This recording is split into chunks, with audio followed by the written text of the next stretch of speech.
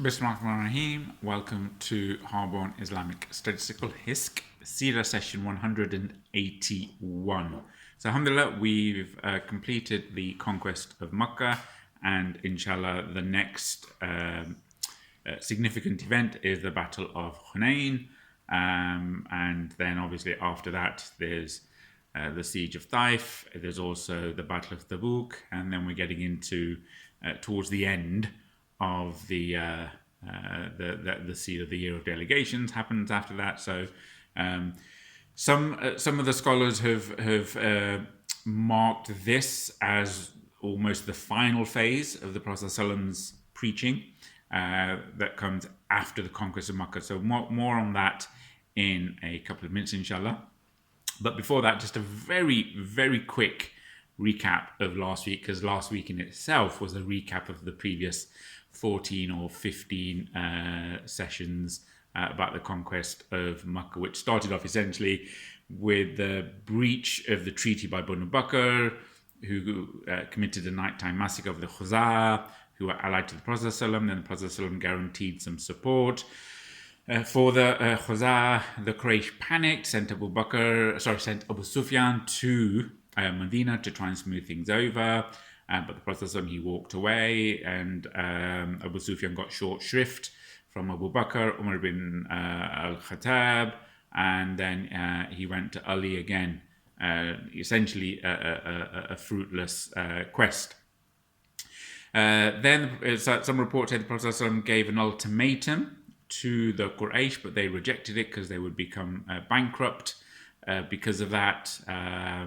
And so he orders all the Muslims to prepare for war, has a complete news blackout, and they gather, and he made it compulsory for all Muslims to, all Muslim men to gather for war. So they amassed about 10,000 with representatives from a lot of the surrounding tribes. But there was an elite Sahabi, Hatib ibn Abi Baltaha, who treacherously tried to tip off the Quraysh in order to have a favor for the protection of his family that was still living in Mecca. Anyway, he gets the message gets intercepted, and he gets caught. We also talked about how when the army then left Medina, they encountered the Prophet ﷺ's uncle Al-Abbas bin Abdul Muttalib, who is the last of the Muhajir to be given that honor. Also, two other cousins of the Prophet ﷺ, they also convert, and one of them is instrumental in the Battle of Hunain when the tide turns. And then we talked about how the Prophet ﷺ told the people to eat from a particular part of the arak tree, and then the virtues of being a shepherd.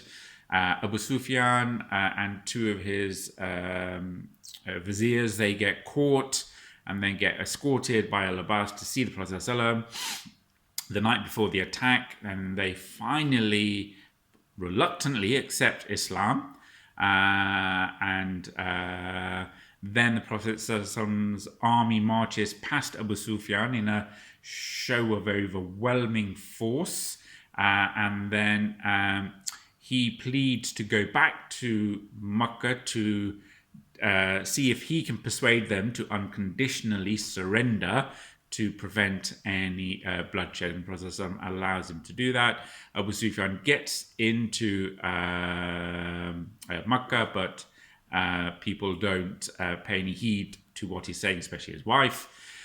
Then they panic, and some of them lock themselves in their houses. Others rally around Ikrimah ibn Abi Jahl to try and defend the city.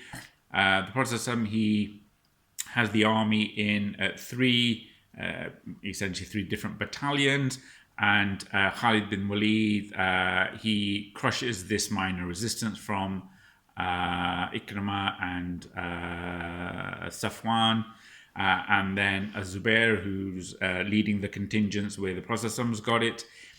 He sets up a victory tent for the Prophet ﷺ, who prays, and then he enters Mecca once it's been fully secured. And the Prophet ﷺ enters in full humility and humbleness, glorifying Allah whilst riding to the Kaaba.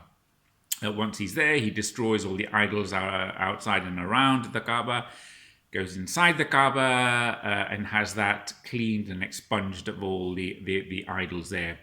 By now, the conquest is finished. The peaceful, essentially, takeover of the city, the capital, the coup has happened. So the people gather around the Kaaba, or they're ushered there, and the Prophet ﷺ gives his inaugural speech. He thanks Allah, and then he basically makes a clean break with all pre-Islamic customs and traditions, and he reinforces brotherhood and taqwa in Allah subhanahu wa ta'ala. And there's only two particular customs around feeding the pilgrims and the doors of the Kaaba, which are the customs of old that he allows to continue. He then frees the Quraysh and grants a general amnesty. And then we talked about, actually, there were maybe a dozen or just under a dozen people who were on a blacklist of people that were to be killed on sight. And the reason for this blacklist is that these particular people were quite vicious in their blasphemy, in their vehement anti-Islamic propaganda and cursing, or leaving Islam, becoming murtad and doing nasty things because of that. And so they were on the blacklist. However, half of those who were on the blacklist were eventually forgiven anyway. Bilal is honored to be given, is honored to be the first one to give adhan in Mecca, and he goes on top of the Kaaba and delivers adhan. The Prophet then allows the Khuzā to avenge the massacre that allowed the cancelling of the Treaty of Hudaybiyah, but only for a short while, a few hours. Then a few other little bits of stories. Hani gives protection to two of her relatives who were being chased by Ali ibn Abi Talib. The Prophet, he sets up a tent in a nearby valley because he has nowhere to stay. And then he also says that there is no hijrah after the conquest of Mecca.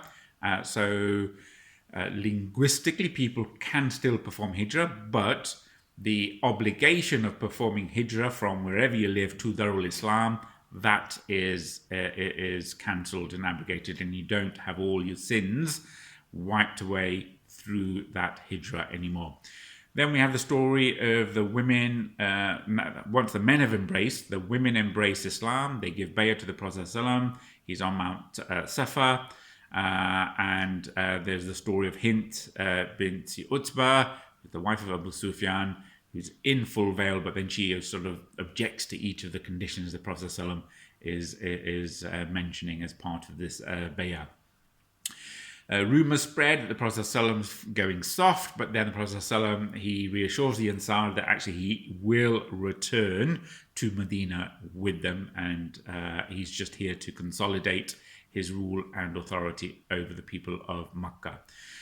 We then had a few significant conversions stories. Safwan ibn Umayyah ibn Khalaf, who was chased down by his cousin Umer ibn Wahab. We also talked about Suhail ibn Amr and Abdullah ibn al-Zabri, who was the official poet. Also, we talked about how the Prophet ﷺ, he asked all the Meccans to destroy all their idols, their personal idols, and not to sell them, as some were trying to do. And then he dispatched armies and platoons to nearby villages and temples to destroy the public idols that were being worshipped in the vicinity of Mecca. We also had the sorry tale of Khalid bin Walid, who was undertaking a mission to dispatched to Banu Jadima, and there errantly he massacres some of the people. Some of the Muslims, they refuse to partake in that massacre, and Khalid gets upset at these senior Sahabi, who mutinied, essentially, refused to obey him. But the Prophet ﷺ, he backed them up, these people, because there's no disobedience to the Emir if it involves disobedience to Islam. And then we talked about some of the fiqh issues, finally, that have arisen during the conquest of Mecca. For example, selling haram things like the idols. What is a traveller praying traveller's prayer, qasr prayer? What are the conditions of breaking a treaty? Taking money from a miserly husband who doesn't provide upkeep for the house. The lady who stole from a noble family, and the Prophet says there's no pardons for hudud. The maximum inheritance you can bequeath outside the formulas is to your family is 1/3. How if there's a couple and one of them becomes Muslim, there is a time period for the other person to consider and become a Muslim before they have to renew their marriage contract. So there is a period of time where they can still be together, whereas one is a Muslim and one isn't, to give time for the other person to convert. The prohibition of temporary marriage, we talked about again, and something again around marriage, which is that the child is to the bed it was born on. And also the permissibility of dyeing white hair and visiting Mecca without being in ihram, because obviously the Prophet ﷺ went as a conqueror. So that's essentially a very quick recap.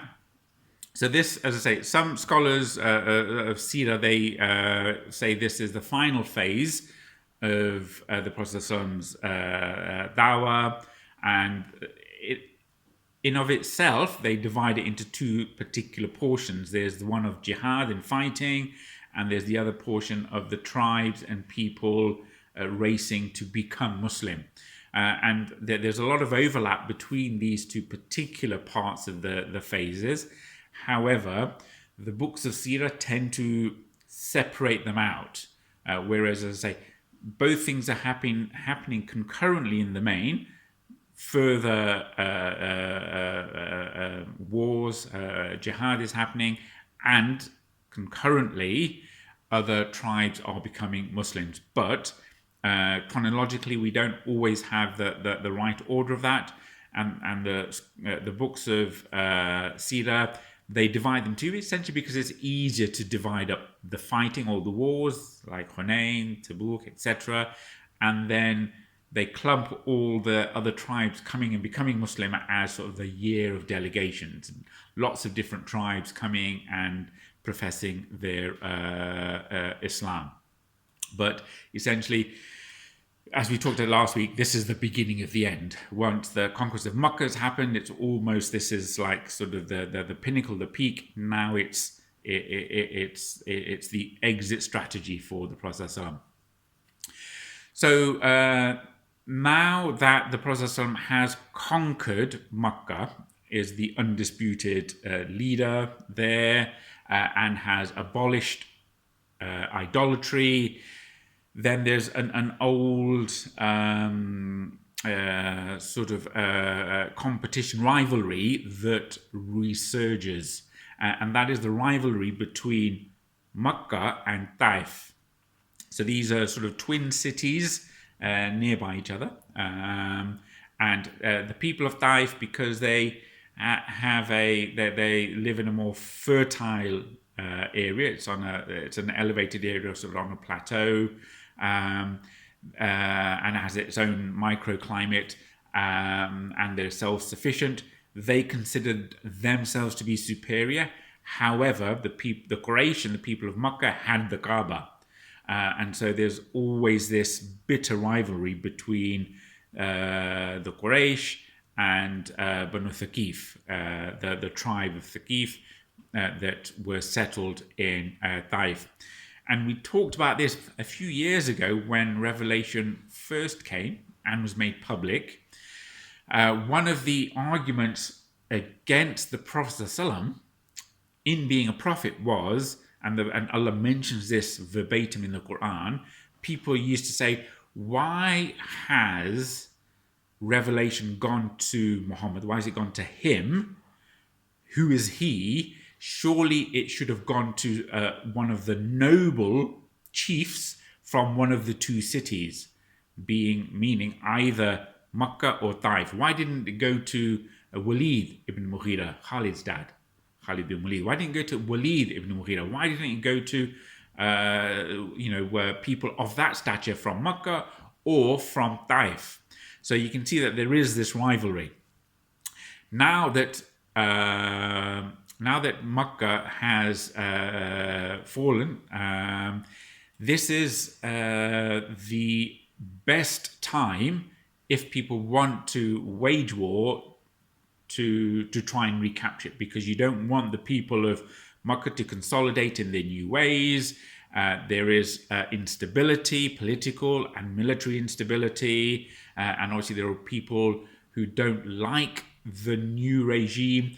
So the calculus from the people of Thaqif was, now is the time to exert our supremacy and try to defeat the Muslims. And then if they do that, the Quraysh have already been vanquished by the Prophet. So Banu Thaqif can then take over the Mecca and the Kaaba, and then they will be the supreme owners of the Arab tribe. So that's their calculus. This is the right opportunity for them to be seen to protect paganism from this new religion. And again, they've bought into this whole idea of the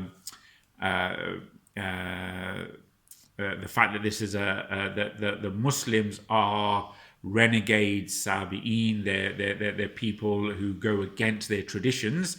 So they're trying to get this sort of jingoism back up, and they want to have mastery of the Arabs, regain control of the Kaaba, and rub the noses of the Quraysh in doing so, because they will then take over the citadel of Mecca. So then they use the pretext of protecting paganism to gather all the other pagan tribes that haven't been vanquished or allied to the Muslims. So they sort of gather a huge army, which is essentially, up until now, the largest army, pagan army that has happened. So before this, we talked about how 10,000 marched on the Muslims. Now you've got at least 20,000 gathered to attack the Muslims in Mecca. And again, this is the largest gathering of pagans to fight the Muslims. The Battle of Mu'tah, they were Christians. 50 to 100,000 Christians that were, or Romans that were battling against the Muslims. Here you've got pagans battling against the Prophet. And so the main tribes are the tribe of Hawazin. And again, the Battle of Hunain is also known as the Battle of Hawazin. So there's the Hawazin, there's Banu Thaqif, there's Nasr, Jasham, Sa'd ibn Bakr, and the people of Bani Hilal. So these are the main tribes that all gathered, and coalesced around Banu Thaqif. And they met the self-declared leader of the army, of the Banu Thaqif, which was a young, newly appointed leader, and he has something to prove, and we'll come on to that, inshallah. And his name was Malik bin Awf al-Nasri. So he's gathering people around, and they're all coming. They're all coming to support him, and sort of one last final push against the Muslims. So then the Prophet obviously gets wind of this through his intelligence network. So he wants confirmation of this. So he then dispatches a new convert that he can trust. So people who don't know who he is, where his allegiance is. And again, it's easy for this one person to mingle amongst the 20,000. And he chooses Abdullah ibn Abi Hadrat and sends him to basically mingle with the army, pretend he's with them, and just gather intel, how many, what they're up to, what, weapons, all that sort of necessary things. And again, this is part of the process of verifying these rumors, and he needs that first-hand account, and he's done this all the time.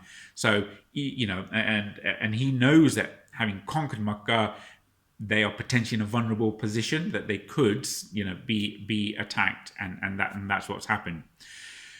So then Abdullah ibn Abi Hadrat, he comes back and he gathers in front of the Prophet ﷺ, and the Prophet ﷺ got his council there, and he goes, look, I've never seen so many people, right? They've got all this armor, this weaponry, and there's such and such a tribe and such a tribe, and they mean business. So then the Prophet ﷺ, this is obviously very unexpected, that they, this is just within 2-3 weeks of conquering Mecca, such a large army has amassed, and because it takes time for people to get the armies together. So again, he's taken by surprise. So he calls a senior council meeting where you've got Abu Bakr, Umar ibn al-Khattab, and some of your other senior people, and he seeks counsel, as he often does. And he said, look, what should we do? This is the news. This is what Abdullah has said. And again, this sort of stunned silence amongst the senior Sahabi, because again, they've fled Mecca. They've lived in Medina. They've just come back and reconquered Mecca, and they're all on a high, and suddenly they're brought down, crashing back to reality with this shocking news. So this stunned silence. And then Umar ibn al-Khattab, he pipes up and he says, well, maybe Abdullah's got it wrong. Perhaps he didn't see all of that. Perhaps he's just exaggerating a bit. So obviously Abdullah got really upset, because he was tasked by the Prophet ﷺ for this. And he goes, look, if you think I'm wrong, don't forget that you, looking at Umar, thought someone better than me was also wrong. So this is a proper sort of cuss almost to Umar. And then Umar obviously recognizes this, and he gets enraged, and he goes to the Prophet and complains to the Prophet and says, look what he's saying. And the Prophet, he turned to Umar and said, indeed, Umar, you were misguided, and Allah guided you to Islam. Right? So Abdullah was basically saying, look, you think I'm wrong, but there was a time when you were wrong as well. You thought the Prophet was wrong. So then the sort of situation calmed down a bit, and so they need to decide their next steps. And obviously they've got to gather a force to defend themselves, because this is a serious army. This is not just a ragtag group of people. So the Prophet, he's obviously got these 10,000 people who came from Medina in their armor. So and then he asks for all the other Muslims, new converts in Mecca, to join the army. So they sort of come to near 12,000. Whilst this is happening, Malik bin Awf al-Nasri, he's the general of the Hawazin. He takes the people, and he sort of camps outside of Taif, at a place called Awtas, which is sort of near Hunain, and it's sort of about 10 miles or so, they say, from Mecca towards the direction of Arafah. So he's camped there. So he's basically saying this is where the war is going to happen. So as he's camped there, all the other tribes they're gathering around and they're wondering what the strategies are. Then there's this old, really senior sort of former general who is a well experienced veteran of war. He's brought to the audience of his name is Duraid bin As-Simmah. He's brought to the audience of Malik. Part of this is that he just wants to know what's going on. Part of this is to sort of give his wise counsel, and part of this is to for Malik to get the blessing of these the elder generation. And it's like passing on the baton from that senior generation to the new leadership. So the Duraid, he's one of the most senior noblemen of Taif. A war veteran. He's seen it all. He's done it all, and we'll talk about this later on in when he dies. It's said that his thighs were like leather, right? Because he used to ride bareback on the horses for decades. So his whole sort of skin was very leathery and thick because of that. But he's a wise sage old general. So he's brought in front of Malik bin Awf, and Malik, obviously he's trying to exert his leadership and his supremacy, and so he's there to impress as well. But Duraid, he's advanced in age and he's blind. So then he asked, well, what valley are we in? And they tell him we're in the valley of Awtas. So he goes, okay, that's fine. It's a good area for horses, right? It's neither got a sharp, pointed height nor loosened, soiled plain.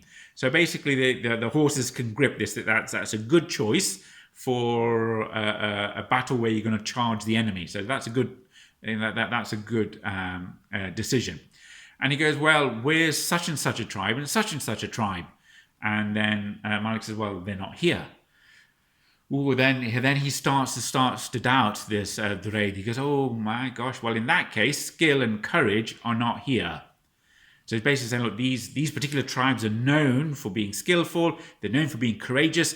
If they've decided not to come to battle, then you really need to think about us being in this battle, because if they've chickened out, there must be a reason.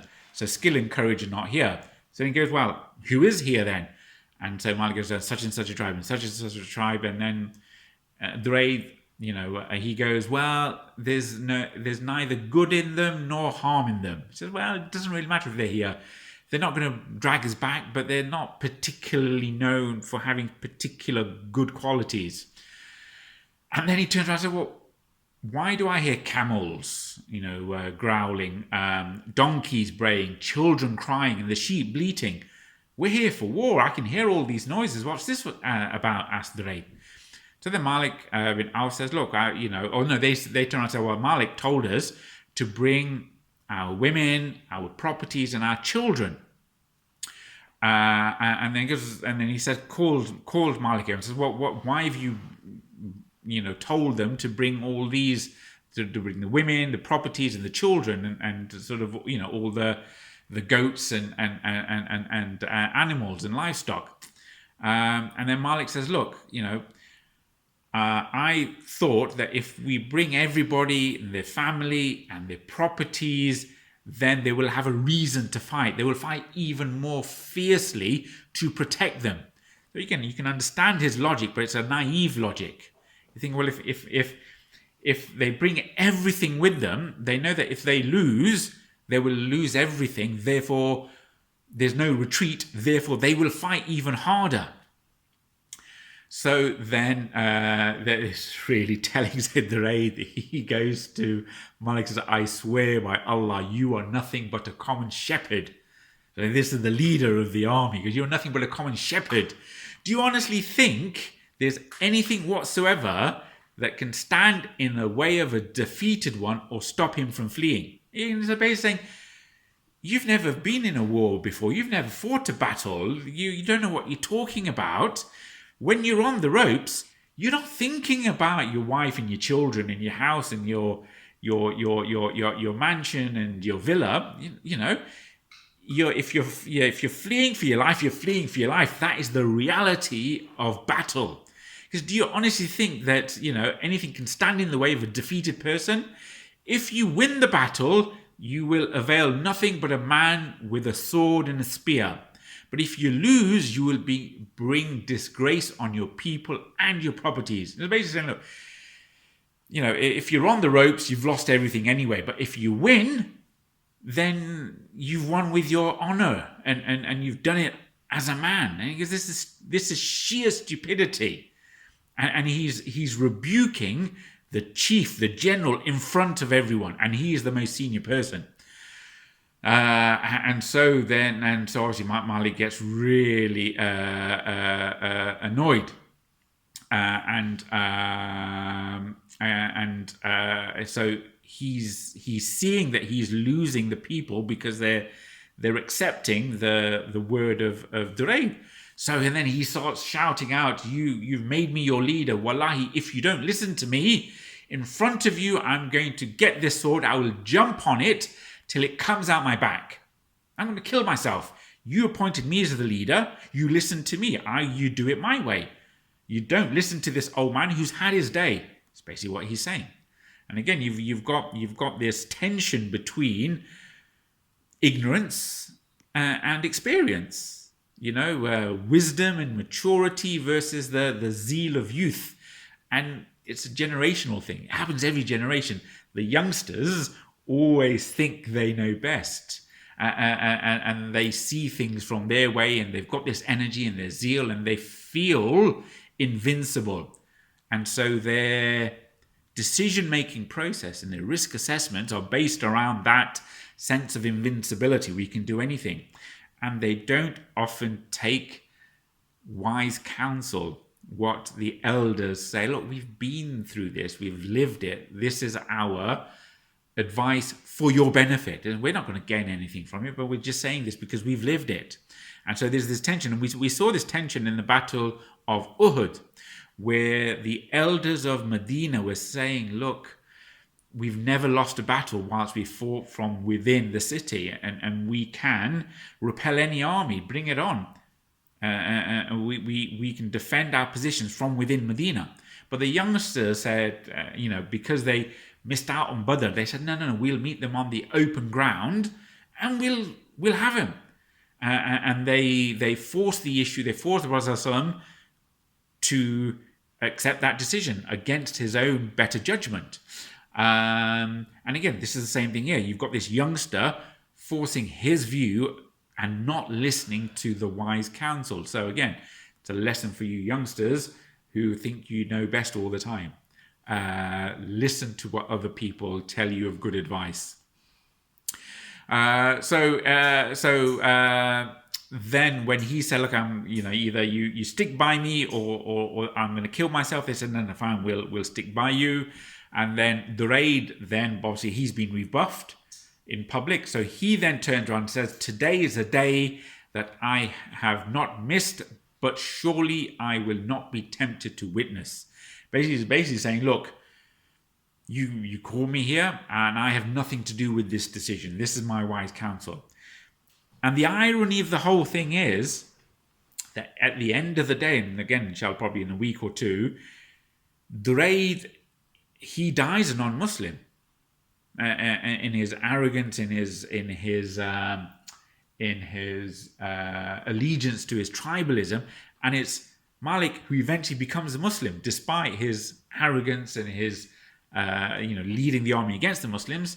And we'll talk about how Duraid bin As-Simmah, how he explains to his executioner how to kill him effectively. But again, inshallah, we'll do that later on. So anyway, so Duraid basically washing his hands, like, you're not listening to me, I have nothing to do with this. And then at this point in time, then the spies that Malik has sent out to spy on the Muslim forces, again, it's a tit for tat, it's a war, they come back with their limbs cut off. And then he says, well, what's happened to you? And they turn around and say, look, we have seen a distinguished people on spotted horsebacks. What you see would not have happened if we had been firmly together. So basically just, saying, look, it's not as easy as you think it is. So then the Prophet again, he dispatches a few others, Aslami and a few others to with the enemy to mix with them and to get further news in terms of their movements. So the Prophet, he sets off. He leaves Mecca now. So we mentioned this before. There's a difference of opinion, but essentially he's probably in Mecca for 2 to 3 weeks. Some say 19 days. So now, he's about to leave Mecca, but he's got his 10,000. He's got 2,000 other people coming, but he needs some extra armor, obviously for these extra 2,000. So he goes to Safwan ibn Umayyah, who has recently returned from the coast. And we talked about how he returned.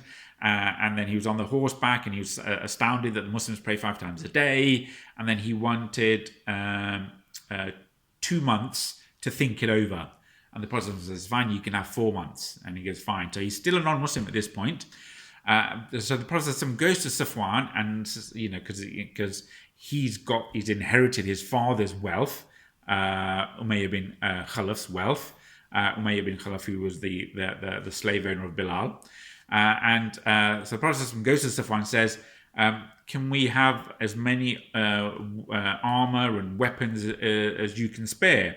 Safwan says, are you taking it from me, or are you asking me for a loan? And the Prophet, he's the undisputed ruler. He can take what he wants. If he wants, he can confiscate it for the state. But no, he goes, no, I'm asking for you a loan and I will pay it back. So Safwan goes, okay, fine, I'll lend it to you on that condition that you have to return it. And again, when we borrow something from someone else, we have a loan, the Sharia requires us to pay it back.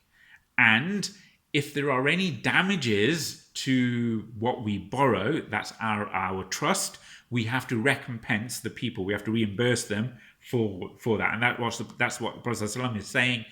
If we lose anything, I will pay you back. Okay? This is a guaranteed loan.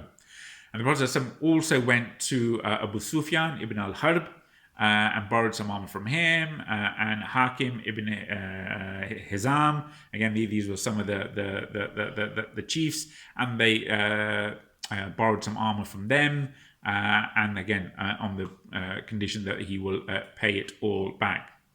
So it's now the month of Shawwal, and the Prophet ﷺ leaves Mecca with 12,000.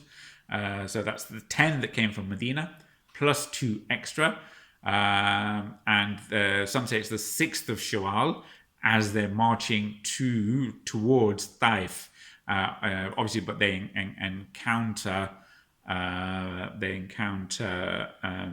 the people camped outside.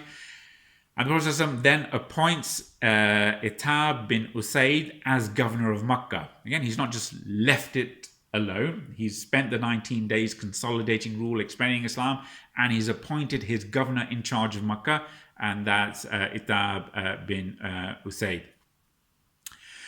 As they're marching out, some of the people say, look at us. There's 12,000 of us. Today we will not be defeated. Right? And it's just natural for people because a lot of these people haven't seen an army this big. And 12,000 it's a huge amount. It's more than came to conquer Mecca. And obviously they've got the 12,000 fully, weaponized in their armor. They've got artillery. They've got horses. They've got camels, and they mean business. So one of them said, like, how can we be destroyed? We are 12,000. And one of the reports said it was Abu Bakr Siddiq who said that. But that report, that news reached the Prophet ﷺ, that people are saying we're undefeatable. Look at us. And the Prophet ﷺ obviously got angry and said, look, do not say that, for verily there was a prophet from amongst the prophets. This is right, we're talking about the best of the best. There was a prophet from amongst the prophets who looked at his army and got puffed up. And as he looked, Allah subhanahu wa ta'ala sent a disease or pestilence right there, and the army was destroyed without meeting the enemy on the battlefield. So again, this is the dangers of pride and arrogance. And again, this is a prophet from amongst the prophets. I mean, again, it's the best of the best.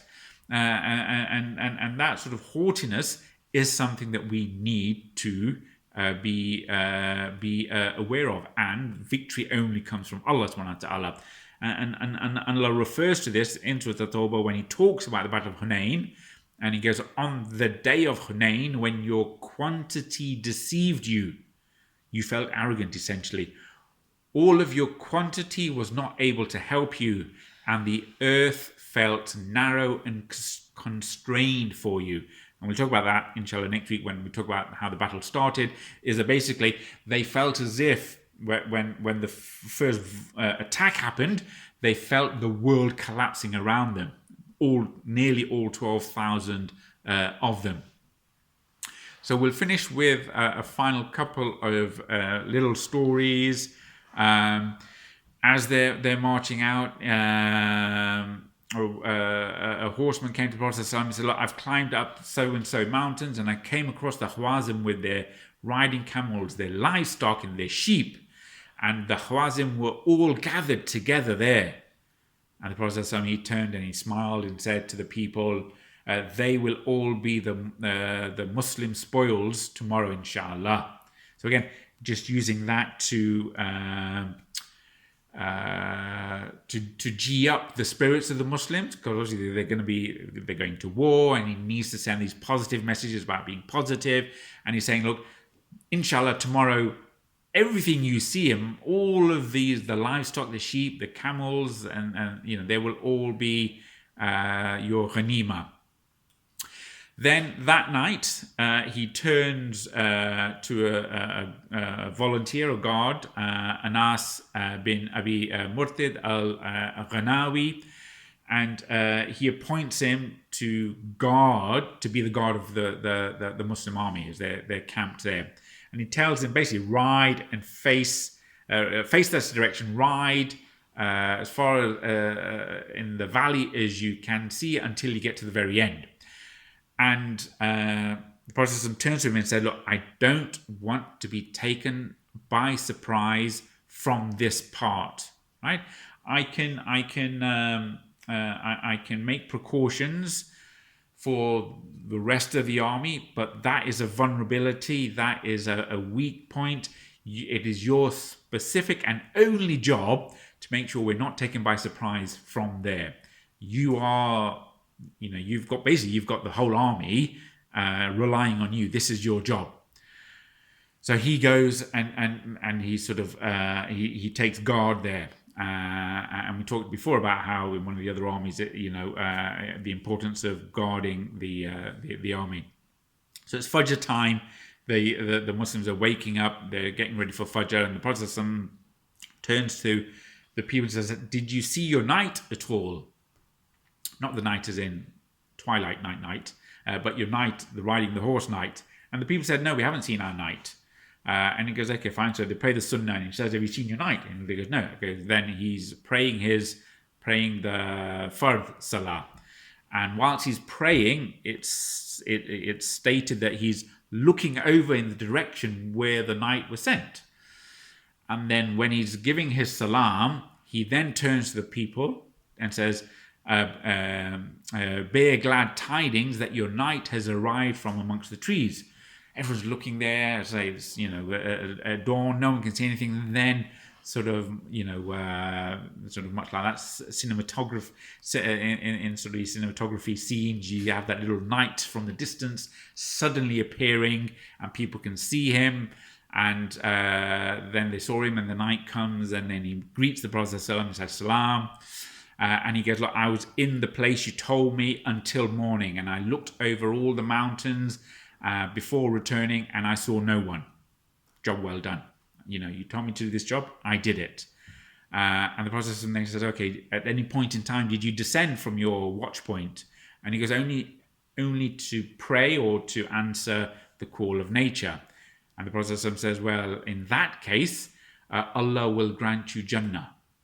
And again, it's just a beautiful thing that one night guarding the Muslims, making sure that we're not taken by surprise in that area, was enough for him to be given Jannah.